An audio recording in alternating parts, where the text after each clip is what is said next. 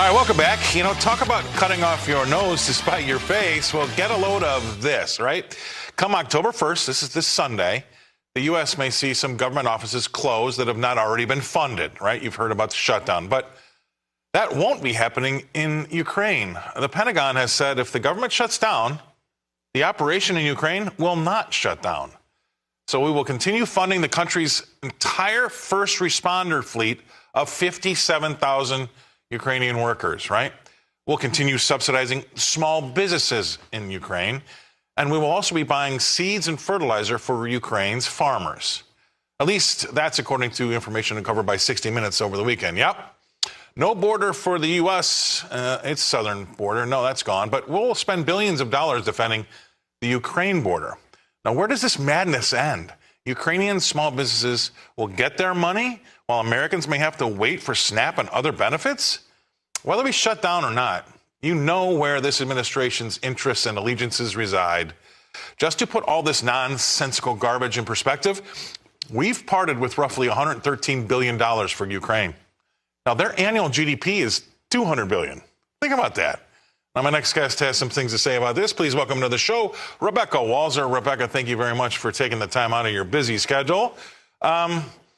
Yeah, we've basically given them over half of their GDP in 1 year, and all for what? I mean, there's a lot of questions, but the biggest one is how come we have to shut down and they don't?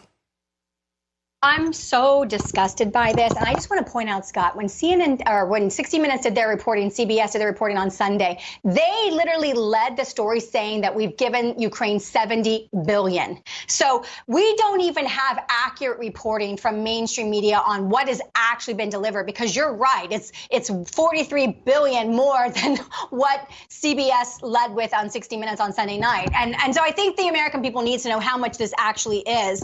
But when you realize that we are literally having this administration go after Texas and tell them to remove buoys from the Rio Grande, and Arizona taking down, the tractor trailers they were stacking up to keep, to just put a border, when we are going after actively governors to allow people to come into this country illegally, and yet we are literally protecting the borders in Ukraine, funding 57,000 first responders, making sure that they are still going to have their farming operations continue when we're attacking farmers here and paying them not to produce, paying them to abscond their land and to stop planting.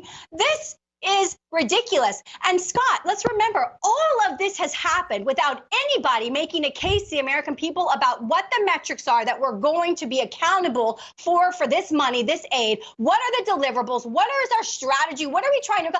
There's nobody talking about anything. And this is when you know society is on the verge of some kind of collapse. When you can spend $116 billion, $113 billion and not even tell the American people what the metrics are that you're going to give this aid under, then this is a banana republic, yep. And it is time to fix it. Well, they've given us one metric, Rebecca, and it is what are we going to give them? And the answer is whatever it takes.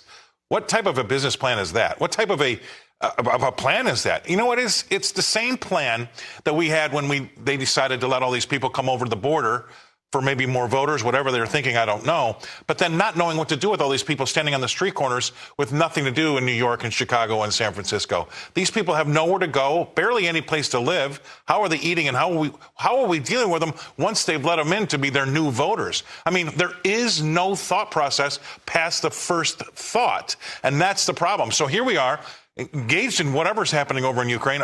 We don't really know, you're right.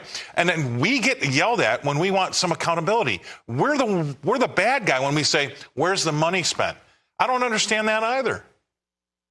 It's disgusting. And it's on the front page of the Metro section of the New York Post today, as I'm in New York, that literally you're stepping over immigrants at the Roosevelt Hotel, and that the contract with New York City just got extended through 2025 to put these people up in hotels in this city. I mean, what is happening?